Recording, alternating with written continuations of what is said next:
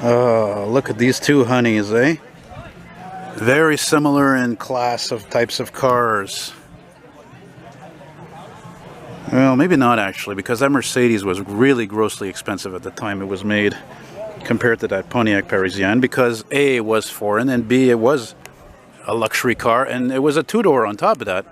But then again, a lot of people don't realize that back in the old days, a four-door was more expensive than a two-door, understandably.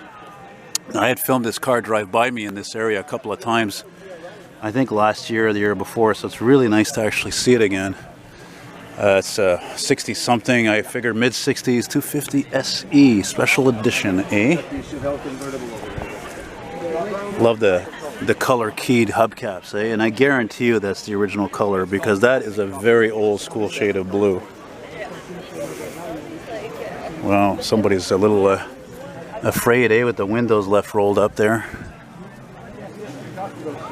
We're not in Hochelaga here where I live, you know.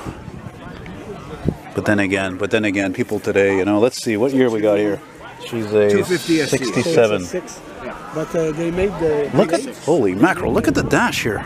With the same... Mercedes-Benz Club of America. It was a 350, 3.5 liter, the first ones.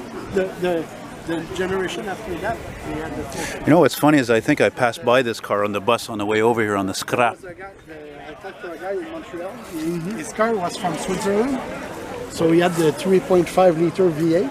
And because it's just for Switzerland... And anyway, the guy in the driveway, I saw this car, right? And I, oh yeah, I'd forgotten about that. And not only that, he had a 70s Ford Country Squire, mint condition red. And I had a feeling that a friend of mine restored that car, actually. But in the cars with the injection, if it has injection, it will be 150. It's interesting how the cheaper models, what is it, the 240, the 260, I believe, they had the single headlights. And they didn't have such a big front bumper. But then again, I'm not an expert on these cars. And obviously these ones were, I think, a bit longer than the cheaper models.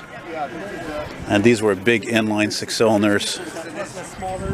I always like, one of the things I like about these Mercs of these years is that they have a windshield very similar in styling to Chrysler's, and I almost wonder if it's a coincidence or not, because Chrysler started their forward look styling in '57, and it looked kind of like this, you know. The difference is the shape. The car is the same, but the shape of the grills and the V8s. I got a feeling the interior.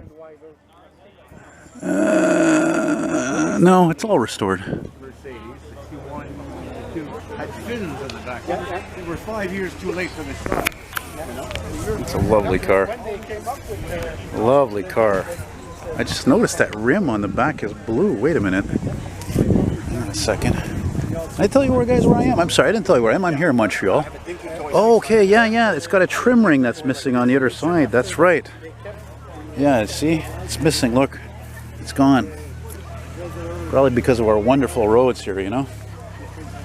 But you never see these cars. I think the only place I could think of off the top of my head you would see a car like this more regularly would be in Beverly Hills. This is a Beverly Hills kind of a car. And I know because I've been to Beverly Hills and I've seen two 280 SLs that...